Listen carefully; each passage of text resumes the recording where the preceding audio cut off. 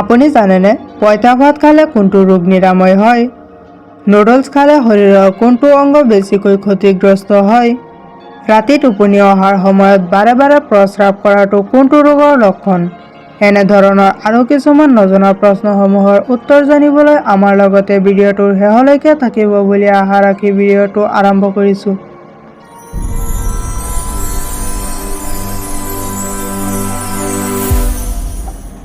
আজিৰ প্ৰথম প্ৰশ্নটো হৈছে, কি খালে জণ্ডিছ বেমাৰ দ্ৰুত ভাল হয়?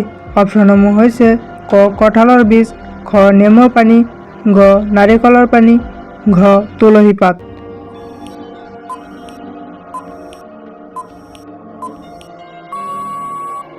ইয়াৰ ভিতৰত শুদ্ধ উত্তৰটো হ'ব অপশ্যন ক নাৰিকলৰ পানী।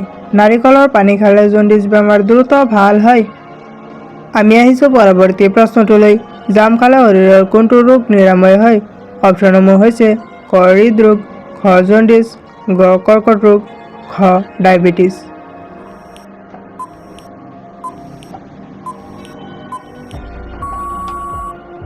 ইয়াৰ ভিতৰত শুদ্ধ উত্তৰটো হ'ব অপশ্যন ক হৃদৰোগ।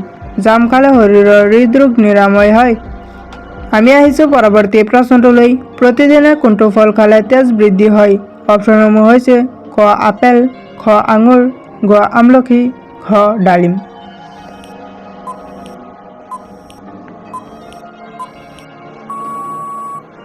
ইয়াৰ ভিতৰত শুদ্ধ উত্তৰটো হ'ব অপশ্যন ঘ ডালিম। প্ৰতিদিনে ডালিম খালে তেজ বৃদ্ধি হয়। আমি আহিছোঁ পৰৱৰ্তী প্ৰশ্নটোলৈ। কোনটো ফল খালে হজম শক্তি দ্ৰুত বৃদ্ধি হয়? অপশ্যনসমূহ হৈছে ক তৰমুজ, খ কল, গ আমলখি, খ অমিতা।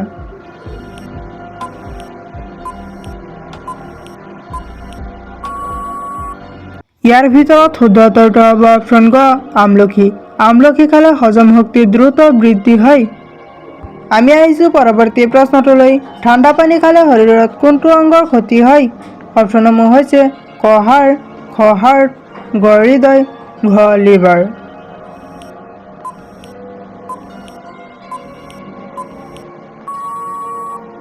ইয়াৰ ভিতৰত শুদ্ধ উত্তৰটো হ'ব অপশ্যন খ হাৰ্ট। ঠাণ্ডা পানী খালে শৰীৰত হাৰ্টৰ ক্ষতি হয়। আমি আহিছোঁ পৰৱৰ্তী প্ৰশ্নটোলৈ। কোনটো গছৰ পাত খালে মূৰৰ বিষ দ্ৰুত ভাল হয়? অপশ্যনসমূহ হৈছে ক লেচুৰ পাত, খ কঁঠালৰ পাত, গ আমৰ পাত, ঘ নেমুৰ পাত।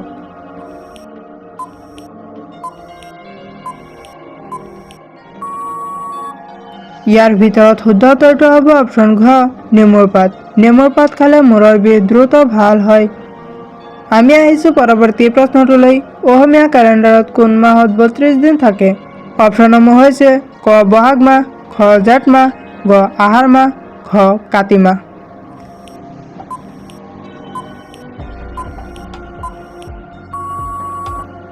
ইয়াৰ ভিতৰত শুদ্ধ উত্তৰটো হ'ব অপশ্যন ক আহাৰ মাহ। অসমীয়া কেলেণ্ডাৰত আহাৰ মাহত ৩২ দিন থাকে। আমি আহিছোঁ পৰৱৰ্তী প্ৰশ্নটোলৈ। ভাৰত স্বাধীনতাৰ সময়ত অসমৰ কিমানখন জিলা আছিল? অপশ্যনসমূহ হৈছে ক ১২খন, খ ১৩খন, গ ১৫খন, ঘ ১৬খন।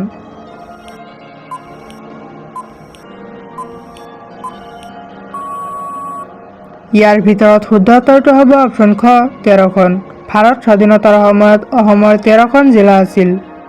আমি আহিছোঁ পৰৱৰ্তী প্ৰশ্নটোলৈ। ভাতৰ লগত কি খালে কিডনীত পাথৰ হোৱাৰ সম্ভাৱনা কম থাকে? অপশ্যনসমূহ হৈছে ক মাছ, খ কণী, গ নিমখ, ঘ নেমুৰ ৰস।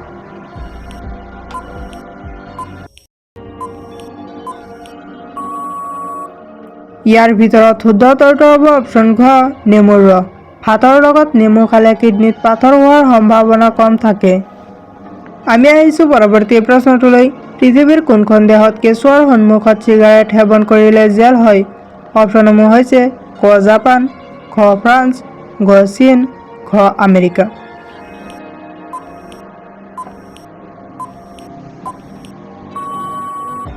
ইয়াৰ ভিতৰত শুদ্ধ উত্তৰটো হ'ব অপশ্যন খ ফ্ৰান্স। পৃথিৱীৰ ফ্ৰান্স নামৰ দেশত কেঁচুৱাৰ সন্মুখত চিগাৰেট সেৱন কৰিলে জেল হয়। আমি আহিছোঁ পৰৱৰ্তী প্ৰশ্নটোলৈ। ৰাতি টোপনি অহাৰ সময়ত বাৰে বাৰে প্ৰস্ৰাৱ কৰাটো কোনটো ৰোগৰ লক্ষণ? অপশ্যনসমূহ হৈছে ক হাঁপানি, খ জ্বৰ, গ ডায়েবেটিছ, ঘ মেলেৰিয়া।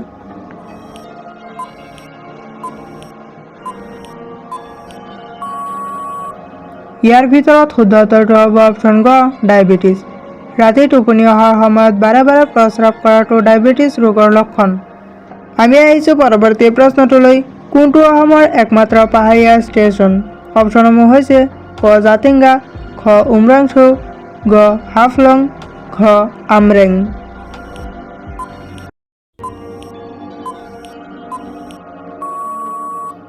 ইয়াৰ ভিতৰত শুদ্ধ উত্তৰটো হ'ব অপশ্যন গ হাফলং। হাফলং হৈছে অসমৰ একমাত্ৰ পাহাৰীয়া ষ্টেচন।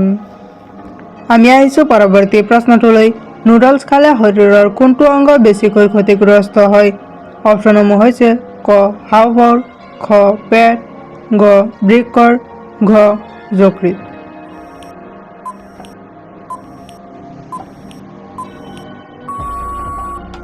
ইয়াৰ ভিতৰত শুদ্ধ উত্তৰটো হ'ব অপশ্যন খ পেট। নুডলছ খালে শৰীৰৰ পেট নামৰ অংগটো বেছি ক্ষতিগ্ৰস্ত হয়। আমি আহিছোঁ পৰৱৰ্তী প্ৰশ্নটোলৈ। কোনটো খাদ্য অতিৰিক্তভাৱে সেৱন কৰিলে হাড়ৰ ক্ষয় হয়?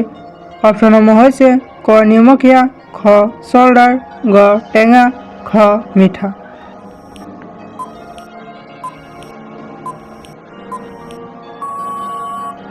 ইয়াৰ ভিতৰত শুদ্ধ উত্তৰটো হ'ব অপশ্যন ক নিমখীয়া। নিমখীয়া খাদ্য অতিৰিক্তভাৱে সেৱন কৰিলে হাড়ৰ ক্ষয় হয়। আমি আহিছোঁ পৰৱৰ্তী প্ৰশ্নটোলৈ। পইতা ভাত খালে কোনটো ৰোগ নিৰাময় হয়? অপশ্যনসমূহ হৈছে ক বৃক্কৰ ৰোগ, খ ডায়েবেটিছ, গ কিডনিৰ ৰোগ, ঘ কোষ্ঠকাঠিন্য।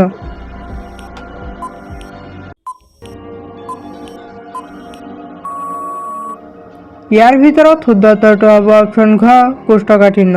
পইতা ভাত খালে কোষ্ঠকাঠিন্য ৰোগ নিৰাময় হয়।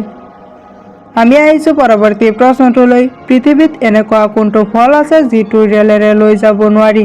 অপশ্যনসমূহ হৈছে ক শুকান নাৰিকল, খ নাৰিকল, গ কল, ঘ কমলা।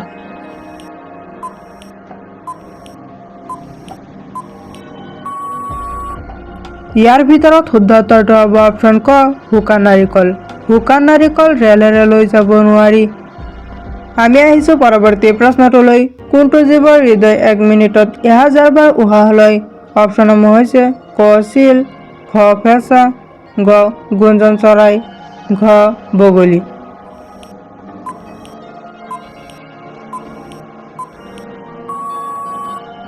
ইয়াৰ ভিতৰত শুদ্ধ উত্তৰটো হ'ব অপশ্যন গ গুঞ্জন চৰাই। গুঞ্জন চৰাইৰ হৃদয়ে 1 মিনিটত 1000 বাৰ উশাহ লয়। আমি আহিছোঁ পৰৱৰ্তী প্ৰশ্নটোলৈ। ঘৰত কি ছটিয়াই দিলে সাপ ঘৰৰ পৰা লগে লগে গুচি যায়? অপশ্যনসমূহ হৈছে ক গাখীৰ, খ পেট্ৰল, গ ফিনাইল, ঘ কেৰাচিন তেল।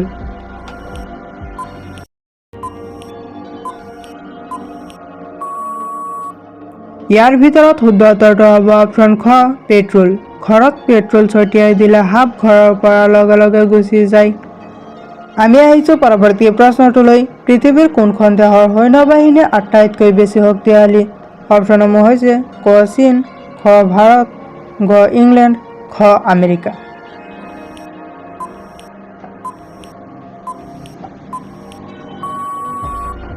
ইয়াৰ ভিতৰত শুদ্ধ উত্তৰটো হ'ব অপশ্যন ঘ আমেৰিকা। পৃথিৱীৰ আমেৰিকা নামৰ দেশখনৰ সৈন্যবাহিনী আটাইতকৈ বেছি শক্তিশালী। আজিৰ একেবাৰে শেষৰ প্ৰশ্নটো হৈছে কোনটো ফলক ফলৰ ৰজা বুলি কোৱা হয়? অপশ্যনসমূহ হৈছে ক আম, খ কমলা, গ লিচু, ঘ কঁঠাল।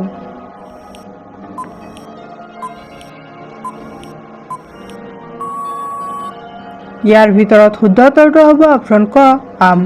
আমক ফলৰ ৰজা বুলি কোৱা হয়। ভিডিঅ'টো শেষলৈকে দেখাৰ বাবে ধন্যবাদ। যদি ভিডিঅ'টো ভাল লাগিছে তেনেহ'লে এটা লাইক কৰি দিব আৰু যদি এনেকুৱা ধৰণৰ আৰু কিছুমান নজনা প্ৰশ্নসমূহৰ উত্তৰ জানিব বিচাৰে তেনেহ'লে চেনেলটো ছাবস্ক্ৰাইব কৰি ৰাখিব। Thank U.